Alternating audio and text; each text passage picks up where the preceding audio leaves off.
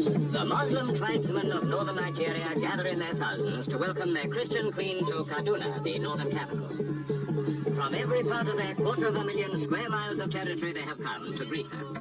On horseback, by train, on foot, by canoe. Some have been traveling for weeks from the shores of Lake Chad, from the banks of the Niger, from the fringes of the Sahara Desert. Down the long lane of tribal warriors, the Queen and her husband drive to the Durbar ground to witness a ceremony which was already old when the Tudors ruled in Britain. As the royal car moves forward, the horsemen close in to form a steadily growing cavalcade.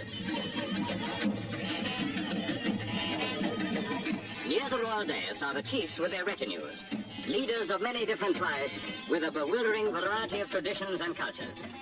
For though this is the most primitive part of Nigeria, it is by far the most colourful and diverse. A proud people, slightly contemptuous of the southerners with their cities and their newfangled ways.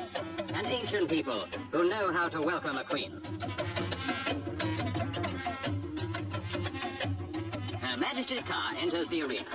Every yard of the way she passes strange costumes, exotic headgear, and some very surprising ceremonial equipment. The Queen is in evening dress, a break from the normal procedure of British royalty. This is a gesture to the feudal splendour of the occasion, for never before has she worn her full evening regalia at an outdoor event. From every tribe in the 12 provinces of northern Nigeria they have come: Plateau, Kaba, Benue, Ilorin, Niger, Zaria, Katsina, Adamawa, Bauchi, Kano, Borno, Sokoto. Tribes famous for their fighting men, heirs to the Hausa warriors and to the Fulani, that conquering race of horsemen who swept down from the north in centuries past.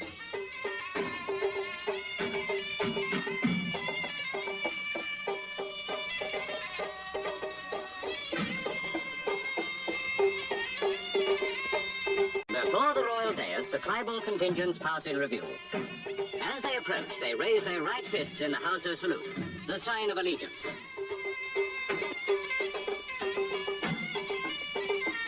Each contingent has its own dancers, striving to outshine the others.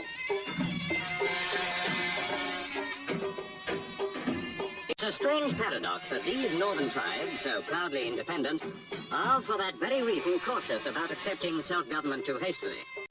They fear that it may mean domination by the more sophisticated South, and some of their feudal chiefs see in the spread of new ideas a threat to their near-absolute rule. But in spite of their exotic customs and age-old ways, these northerners are watching and learning.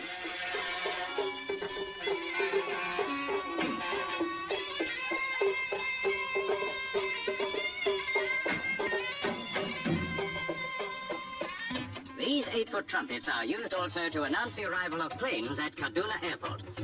Thus, Nigeria adapts tradition to present needs.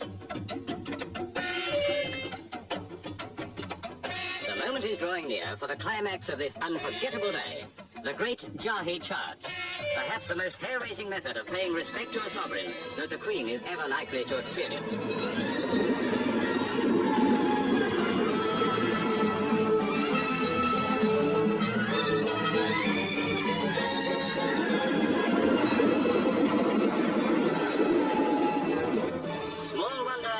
Tells the assembled warriors, this great concourse has brought home to me the respect which you have for your ancient traditions. I too respect those traditions and hope that in a changing world you will maintain all that is good in them.